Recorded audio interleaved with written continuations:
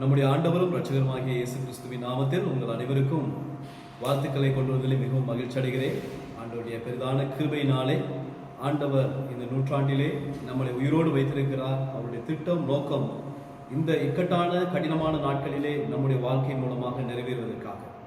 ஆகவே நம்முடைய தமிழ் சபையின் மூலமாக, அது நம்முடைய கல்வாரி சபை மூலமாக ஆரம்பிக்கப்பட்டதான இந்த பராமரிப்பு கள ஊழியத்தை முன்னெடுக்கும்படியாக வித்தியாசமான முறைகளை ஆயத்தம் செய்யப்பட்டிருக்கிறபடியால் இது தமிழிலும் சிங்களத்திலும் ஆங்கிலத்திலும் நடைபெறுகிறது.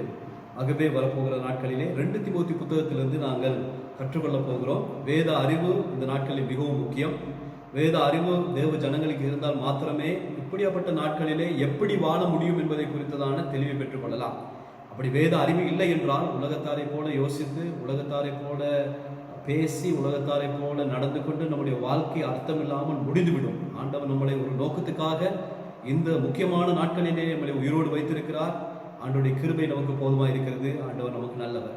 இந்த நாளிலும் 2 தீமோத்தி புத்தகத்திலிருந்து ஒரு சில அறிமுகத்தை கொடுக்க விரும்புகிறேன். நாங்கள் எங்களுடைய வாழ்க்கையும் ஊழியத்தையும் நன்றாக அல்லது வெற்றியாக முடிக்க வேண்டும் ஆண்டவர் விரும்புகிறார். நம்முடைய வாழ்க்கையை ஆரம்பித்திருக்கிறோம், ஊழியத்தை ஆரம்பித்திருக்கிறோம். அது வாழ்க்கையின் பயணத்திலே இந்த படகிலே போகும்போது எத்தனை புயல் காற்றுகள் வந்தாலும், எத்தனை காரியங்களுக்கு நாங்கள் முகங்கொடுத்தாலும் நன்றாக முடிக்க வேண்டும். ஆகவே அதற்கு எடுத்துக்காட்டாக இந்த 2 தீமோத்தி புத்தகம் அழகாக அமைந்திருக்கிறதை நாங்கள் காணக்கூடியதாக இருக்கிறது. ஆகவே இந்த நாளிலே என்னோடு கூட இந்த புத்தகத்தை படிக்க நீங்கள் அனைவரும் அன்போடு கூட வரும்படியாக வரவேற்கிறேன். பவுல் சிறைச்சாலையில் இருக்கும்போதுதான் இந்த 2 தீமோத்தி புத்தகத்தை எழுதுகிறார். புதிய ஏற்பாட்டிலே நாங்கள் கவனிக்கிறோம், கிட்டத்தட்ட 27 புத்தகங்கள் எழுதப்பட்டிருக்கிறது. அதில் குறிப்பாக 14 புத்தகங்கள் பரிசுத்த பவுலாலே எழுதப்பட்டது. அவருடைய கடைசி புத்தகம் தான் இந்த 2 தீமோத்தி புத்தகமாக இருக்கிறது. அவர் வீட்டு காவலிலிருந்து எழுதப்பட்டதான 1வது தீமோத்தி புத்தகத்தை போல 2வது தீமோத்தி புத்தகம் எழுதாதபடி அவர் இப்பொழுது ரோம்ல இருக்கிறதான ஒரு சிறைச்சாலையிலிருந்து அவர் எழுதுகிறதை நாங்கள் காணக்கூடியதாக இருக்கிறது. பவுல் இப்பொழுது இக்கட்டான நிலைமையில் இருக்கிறார். அவருடைய வாழ்க்கை முடிவுக்கு வந்துவிட்டது என்பதை உணர்கிறார். அந்த காலத்தை நாங்கள் கவனிப்போமா இருந்தால் மிகவும் குளிர்காலமாக இருக்கிறது. இதை குறித்து 2 தீமோத்தி புத்தகம் 4வது அதிகாரம் 13வது வசனத்திலே நாங்கள் பார்க்கக்கூடியதாக இருக்கிறது. அதே போல தன்னுடைய ஆகார வேளையிலும் எலிகளின் தொல்லைகளுக்கு முகம் கொடுக்கிறதை நாங்கள் இந்த இடத்திலே காணக்கூடியதாக இருக்கிறது. 2 தீமோத்தி புத்தகம் 4வது அதிகாரம் 6வது வசனத்திலிருந்து 8வது வசனம் ஆகிய வசனங்களை நம்முடைய வாழ்க்கையிலே அந்த இடத்துல பார்க்கக்கூடியதாக இருக்கிறது. அவர் இறுதி கட்டத்துக்கு வந்து விட்டார். பவுல் நம்முடைய வாழ்க்கையிலே எத்தனையோ ஆண்டவருடைய ராஜ்யத்துக்காக வேலை செய்த தேவ மனுஷன், ஆண்டவருடைய ராஜ்யத்துக்காக பல காரியங்களை சாதித்த மனிதன் இப்பொழுது இறுதி கட்டத்துக்கு வந்து விட்டார். பவுல் தன்னுடைய ஊழியத்தை நன்றாக ஆரம்பித்து நன்றாக முடித்திருக்கிறதை நாங்கள் பார்க்கக்கூடியதாக இருக்கிறது. அதே போல தீமோத்தியும் நன்றாக ஆண்டவருடைய ஊழியத்தையும் விசுவாச வாழ்க்கையும் ஆரம்பித்து நன்றாக முடிக்க வேண்டும் என்பதை பவுல் எதிர்பார்த்திருக்கிறபடியால், அதுக்கு நல்ல மாதிரியாக பவுல் இருந்தபடியால் அதையே பயிற்றுவிப்பதற்காக இந்த 2 தீமோத்தி புத்தகத்தை எழுதுகிறதை நாங்கள் காணக்கூடியதாக இருக்கிறது. புத்தகத்தை கற்றுக்கொள்கிற நாம் இதனை நம்முடைய வாழ்க்கைக்கும் மற்றும் ஊழியத்துக்கும் முன்மாதிரியாக ஏற்றுக்கொள்வோம். தலைவர்களாக இருக்கிறவர்களுக்கு நல்ல தரமான ஒரு புத்தகம் வேதத்தில் இருக்கிறது என்றால் 2 தீமோத்தி புத்தகம். கிறிஸ்தவ வாழ்க்கையில் மிகவும் முக்கியமான காரியம். தேவனுக்கு முன்பாக நம்முடைய ஆரம்பமும் முடிவும் நன்மையாகவே வைத்துக் கொள்ள வேண்டும். நம்முடைய வாழ்க்கைகளை விசுவாசத்தோடு, வைராக்கியத்தோடு, தைரியத்தோடு ஆரம்பிக்கிறதான இந்த வாழ்க்கை, கிறிஸ்தவ வாழ்க்கை அல்லது ஊழியம், அதே போல அதே பலத்தோடு, அந்த விசுவாசத்தோடு, அந்த வைராக்கியத்தோடு நாங்கள் நன்றாக முடிக்க வேண்டும் என்று ஆண்டவர் எதிர்பார்க்கிறார். அதுக்கு தேவையான அனைத்து வரப்பிரசாதங்களையும் தேவன் நமக்கு முன்கூட்டியே ஆயத்தம் செய்து வைத்திருக்கிறார். ஆகவே இந்த 2 தீமோத்தி புத்தகத்திலே குறிப்பாக 1வது அதிகாரம் 1வது வசனத்திலிருந்து 7வது வசனம் வரை இந்த நாளில் கற்றுக்கொள்ளப் போகிறோம். என்னோடு கூட நீங்களும் சேர்ந்து வாசிங்கள். 291வது பக்கம் புதிய ஏற்பாட்டில் 1வது அதிகாரத்தில் 7 வசனங்கள். கிறிஸ்து இயேசுவினால் உண்டாயிருக்கிற ஜீவனை பற்றிய வாக்குத்தத்தத்தின்படி தேவனுடைய சித்தத்தினாலே இயேசு கிறிஸ்துவின் அப்போஸ்தலனாக இருக்கிற பவுல் பிரியமுள்ள குமாரனாகிய தீமோத்தேயுவுக்கு எழுதுகிறதாவது: பிதாவாகிய தேவனும் நம்முடைய கர்த்தராகிய இயேசு கிறிஸ்துவின் கிருபையும் இரக்கமும் சமாதானம் உண்டாவதாக. நான் இரவும் பகலும் இடைவிடாமல் என் ஜெபங்களில் உன்னை நினைத்து உன் கண்ணீரை ஞாபகப்படுத்தி சந்தோஷத்தால் நிறையப்படும்படிக்கு உன்னை காண வாஞ்சியாய் இருந்து உன்னிலுள்ள மாயமற்ற விசுவாசத்தை நினைவு கூறுவதனால் என் முன்னோர்கள் முதற்கொண்டு சுத்த மனசாட்சியோடு ஆராதித்து வரும் தேவனை நான் ஸ்தோத்தரிக்கிறேன். அந்த விசுவாசம் முந்தி உன் பாட்டியாகிய லோவிசாலுக்குள்ளும் உன் தாயாகிய ஐனியாளுக்குள்ளும் நிலைத்திருந்தது, அது உனக்குள்ளும் நிலைத்திருக்கிறது என்று நிச்சயித்திருக்கிறேன். இது நிமித்தம் நான் உன்மேல் கைகளை வைத்ததினால் உனக்கு உண்டான தேவ வரத்தை நீ அனமூட்டி எழுப்பிவிடும்படி உனக்கு நினைவூட்டுகிறேன். தேவன் நமக்கு பயமுள்ள ஆவியை கொடாமல் பலமும் அன்பும் தெளிந்த புத்தியும் உள்ள ஆவியை கொடுத்திருக்கிறார். இந்த 7 வசனங்களை 2 பிரிவாக நாங்கள் கவனிக்க போகிறோம். முதலாவது பிரிவு, பெற்றோருடைய ஜெபம் வல்லமை உள்ளது. யூதர்களை பொறுத்தளவில் அவர்கள் பிள்ளைகளுக்காக எப்பொழுதும் ஜெபிப்பதற்கு அர்ப்பணித்திருந்தார்கள். தீமோத்தேயுடைய பெற்றோராகிய தகப்பன் ஒரு கிரேக்கனா இருந்தாலும் தாய் யூத பெண்ணா இருந்தபடியால் எப்பொழுதும் அவருடைய விசுவாசத்தை தன்னுடைய மகனுக்கு ஊட்டி வளர்ப்பதிலே அவள் கவனமாயிருந்தார். அதே போல தீமோத்தேயுடைய பாட்டி யூத கிறிஸ்தவனா இருந்தாலும் நல்ல மாதிரிகளை முன்பாக வைத்திருந்ததை நாங்கள் காணக்கூடியதாக இருக்கிறது. யூத பெற்றோர்கள் எப்பொழுதும் பிள்ளைகளுக்கு ஜெபிப்பது அது அங்கே அவர்களுடைய கடமையாக இருந்தது. சாமுவேலுக்காக அன்னாள் ஜெபம் பண்ணினார். அதனுடைய பிரதிபலன் என்ன? காலப்போக்கிலே சாமுவேல் ஒரு தீர்க்கதரிசியாக இஸ்ரவேலுக்கு எழுப்பினார். அதே போல அவர் ஒரு நியாயாதிபதியாக, ஒரு ஆசாரியனாக எழுப்பினார். இவைகளெல்லாம் தானாய் தற்செயலாய் நடந்த விடயம் அல்ல. பெற்றோர் பிள்ளைகளுக்காக ஜெபிக்கிறதான அந்த ஜெபத்தின் வல்லமை பிள்ளைகளுடைய வாழ்க்கையை மாற்றி அமைக்கிறதாக இருக்கிறது. தற்போதுள்ள வாலிப சமுதாயத்துக்கு ஆண்டவருடைய வழிகளை குறித்து காண்பிப்பதும் நடத்துவதும் இலகுவான காரியங்கள் அல்ல. ஆகவே பெற்றோர் பிள்ளைகளுக்காக அவர்கள் ரட்சிக்கப்பட்டிருந்தாலும், அவர்கள் நீங்கள் சொல்லுகிற காரியங்களுக்கு முரண்பட்டு செயல்பட்டாலும் நம்முடைய ஜெபம் வீண் போகாது. அவர்களுக்காக அவர்கள் தூங்கும் போது கைகளை வைத்து ஜெபிக்க நாங்கள் கற்றுக்கொள்ள வேண்டும். அதே போல அவர்களுக்காக நேர காலங்களை ஒதுக்கி நாங்கள் ஜெபிக்க வேண்டியவர்களாக இருக்கிறோம். மெத்தடிஸ்ட் சபையுடைய ஸ்தாபகராய் இருந்ததான நமக்கு தெரியும் ஜான் வெஸ்லி. அவருடைய பெற்றோருக்கு 11 பிள்ளைகள் இருந்தார்கள். ஒரு பிள்ளைக்கு அரை மணித்தியாலும் ஒரு நாளைக்கு ஒதுக்கி ஒவ்வொரு நாளும் ஜெபிக்கிறவர்களாக வெஸ்லியுடைய பெற்றோர் இருந்தார்கள். அதனுடைய பிரதிபலன் என்ன? காலப்போக்கிலே இந்த மெத்தடிஸ்ட் சபையுடைய ஸ்தாபகர் என்று சொல்லுகிற அளவுக்கு அவருடைய வாழ்க்கை ஆவிக்குரிய உலகத்தில் பெரிய தாக்கத்தை ஏற்படுத்தியது. ஜெபம் வீண் போகாது. இந்த வாலிப சமுதாயத்தில் பெரிதான போராட்டங்களுக்கு முகம் கொடுக்கிறார்கள். ஆகவே அவர்களுக்காக நாங்கள் ஜெபத்திலே தாங்குவது மிகவும் முக்கியம். 10 வருடங்களுக்கு முன்பாக இருந்த வாலிபர்களுடைய யோசனைகள், பார்க்கிற காரியங்கள், கேட்கிற காரியங்கள் வித்தியாசம். 50 வருடங்களுக்கு முன்பாக இருந்ததான வாலிபர்களுடைய வாழ்க்கை வித்தியாசம். அதே போல அதே சிந்தையோடு நாங்கள் இப்பொழுது பார்க்க முடியாது. இப்பொழுது இருக்கிறதான வாலிபர்கள் முகம் கொடுக்கிற சவால்கள் என்றும் இல்லாதவாறு கடினமாக இருக்கிறது. அப்படிப்பட்ட வாலிப சந்ததிக்கு, வாலிப பிள்ளைகளுக்கு பெற்றோருடைய ஜெபம் மிகவும் முக்கியமாக இருக்கிறது. போராடி ஜெபிக்கிறவர்களாய் நாங்கள் மாற வேண்டும் பிள்ளைகளுக்காக தேவ சமூகத்தில். ரோமர் புத்தகம் 15வது அதிகாரம் 32வது வசனம், 2 கொரிந்தியர் புத்தகம் 9வது அதிகாரம் 14வது வசனம், கொலேசியர் புத்தகம் 4வது அதிகாரம் 12வது வசனம், இவைகளெல்லாம் நமக்கு காண்பித்து கொடுக்கிறது நாங்கள் பிள்ளைகளுக்காக போராடி ஜெபிக்க வேண்டும். ஏதோ 2 வார்த்தைகளை சொல்லி ஆசீர்வதித்து ஜெபம் பண்ணி முடிக்கிறதான காலகட்டத்தில் அல்ல நாங்கள் இருக்கிறது. காலமோ பொல்லாத வீலா இருக்கிறபடியால் நேரத்தை பிரயோஜனப்படுத்திக் கொள்ளுங்கள் என்று வேதம் நமக்கு வலியுறுத்தி இருக்கிறது. ஆகவே பிள்ளைகளுக்காக நாங்கள் போராடி ஆண்டவருடைய சமூகத்தில் ஜெபித்து அவர்களை தேவனுக்குள்ளே வழிநடத்த வேண்டிய பெரிய பொறுப்பு நமக்கு இருக்கிறது.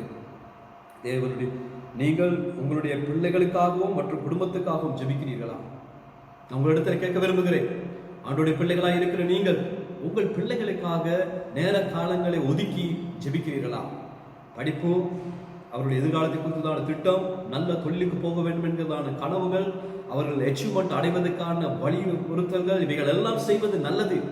பிள்ளைகளுக்காக பெற்றோராகிய நீங்கள் காலங்கள் நேரங்களை எடுத்து அவர்களுக்காக ஜெபிக்கிறீர்களா? அவர்களை உங்களுடைய ஜெபங்களிலே சேர்த்து கொண்டு அவர்களோடு நீங்கள் ஜெபிக்கிறீர்களா? தேவ பிரசன்னத்திலே பிள்ளைகளை வைத்து அவர்கள் விரும்பாவிட்டாலும் காலப்போக்கில் அவர்கள் விரும்புகிற நிலைமைக்கு கொண்டு வருவதற்கு நாங்கள் முன்மாதிரியாக பெற்றோர்களாகிய நாங்கள் அவர்களுக்காக ஜெபிக்க வேண்டியவர்களாக இருக்கிறோம். பெற்றோருடைய ஊக்கமான ஜெபத்துக்கு நிச்சயமாகவே தேவனிடத்திலே பதில் உண்டு. ஆமென். பயப்படாதிருங்கள். உங்களுடைய பிள்ளைகளை குறித்து கலங்க வேண்டாம். உங்கள் பிள்ளைகளை குறித்து அதைரியப்பட வேண்டாம். உங்கள் பிள்ளைகளை குறித்து நீங்கள் எரிச்சல் அடைய வேண்டாம். உங்கள் பிள்ளைகளை பெற்றது ஏன் என்று வீணான வார்த்தைகளை சொல்லி அவர்களை சபிக்க வேண்டாம். காலம் வருகிறது, உங்கள் ஜெபங்களை கர்த்தர் கேட்டு அவர்களை ஆசீர்வதித்து நீங்கள் எதிர்பார்த்ததை விட அவர் மேலான நிலைமைக்கு கொண்டு போவதற்கு, ஆவிக்குரிய சபையிலே தாக்கத்தை, சமுதாயத்திலே தாக்கத்தை, தேசத்திலே தாக்கத்தை ஏற்படுத்த உங்கள் பிள்ளைகளை கர்த்தர் வைப்பார்.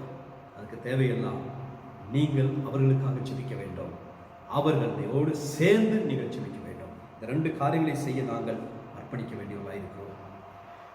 யோசேப்புடைய வாழ்க்கையை நாங்கள் கவனிப்போமா இருந்தால், யோசேப்புடைய தகப்பன் யாக்கோபு, அதே போல யாக்கோபுக்கு 2 மனைவி இருந்தார்கள், ராகேலும் அதே போல லேயாலும். ராகேலை அதிகமாய் நேசித்தார், ஆனால் ராகேலுக்கு பிள்ளை இல்லாமல் இருந்தது. யாக்கோபு அவருக்காக ஜெபித்த அந்த ஜெபத்தின் பிரதிபலனாக அவருடைய வாழ்க்கையில் ஒரு பிள்ளை பெற்றெடுத்ததுதான் யோசேப்பு. யோசேப்பு காலப்போக்கிலே பெரிய காரியங்களை சாதிப்பதற்கு அவர் போன பாடுகள் லேசானதல்ல. கடினமான பாதைகளை அவர் போக வேண்டியதாக இருந்தது. நெருக்கடியான பாதைகளில் அவர் போக வேண்டியதாக இருந்தது.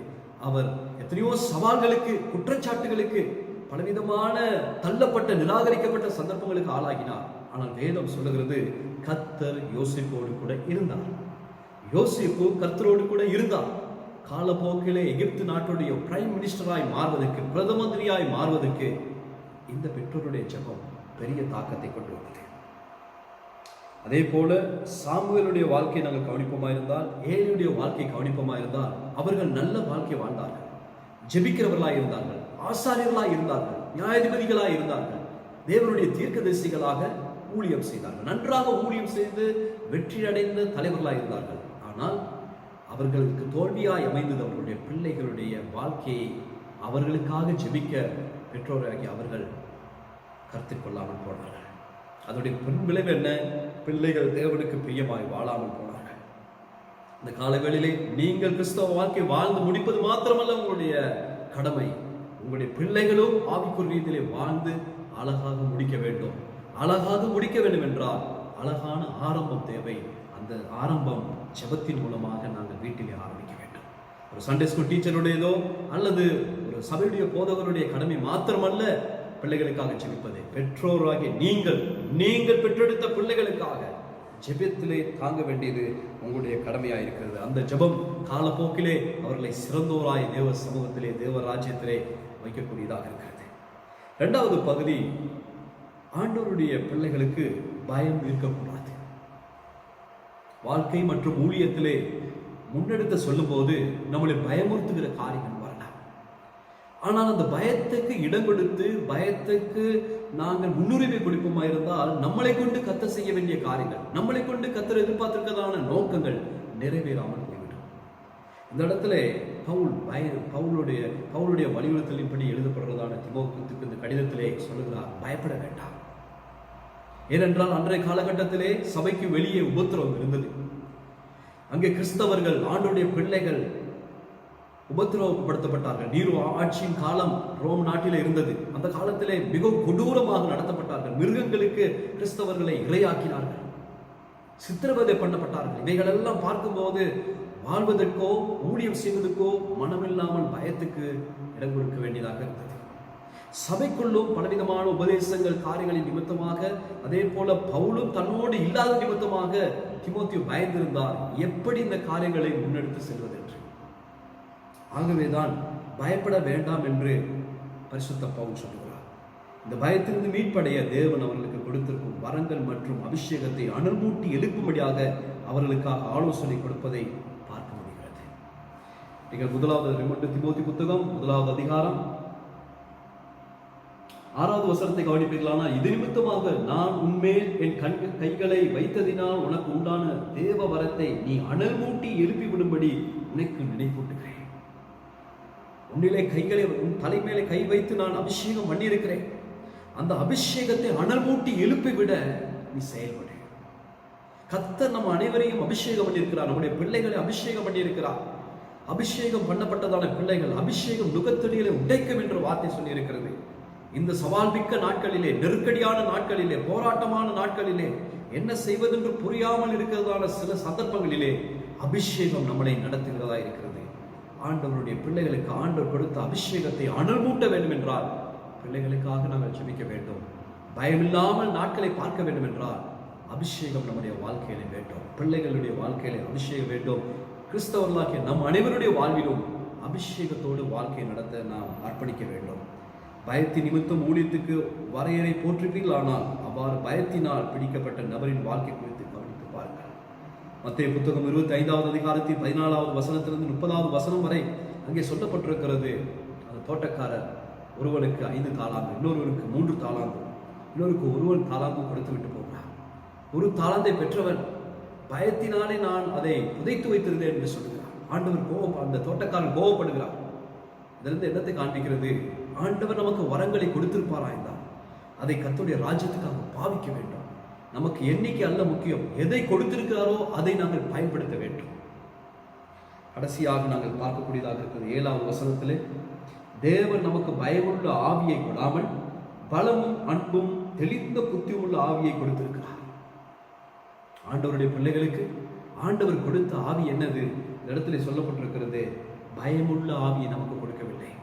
ஆண்டவருடைய பிள்ளைகளுக்கு தேவ பயம் இருக்க வேண்டும். மற்ற எந்த காரியங்களை குறித்து பயந்து வாழக்கூடாது.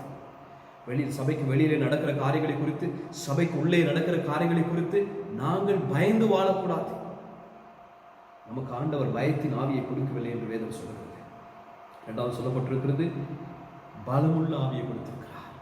பலம் என்ற வார்த்தைக்கு ஆங்கில வார்த்தை பவர் என்று சொல்லப்பட்டிருக்கிறது.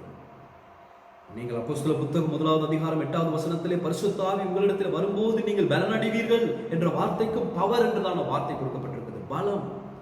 ஆண்டவருடைய பிள்ளைகளுக்கு பலத்தின் ஆவி, பலத்தின் ஆவியை ஆண்டவர் கொடுத்திருக்கிறார். ஒரு வல்லமையை ஆண்டவர் கொடுத்திருக்கிறார். இந்த கிறிஸ்தவ வாழ்க்கை வாழ்வதற்கு நம்முடைய அறிவு மாத்திரம் போதாது, தேவனுடைய ஞானம் மாத்திரம் போதாது. அதே போல நமக்கு ஆண்டவருடைய பலன் வேண்டும், வல்லமை வேண்டும். அந்த வல்லமையோடு நாங்கள் வாழ்வதற்கு கர்த்தர் நமக்கு உதவி செய்வாராக. கடைசி 2 விடயங்களை சொல்லி முடிக்கிறார். என்ன? பலமும் அன்பும். ஆண்டவருடைய ஊழியங்களை செய்யும் போது, ஆண்டவருடைய கிறிஸ்தவ வாழ்க்கை நாம் வாழும்போது தேவ அன்பை நாம் இழந்து போக முடியாது. நம்முடைய ஆண்டவர் தேவன் அன்பாகவே இருக்கிறார்.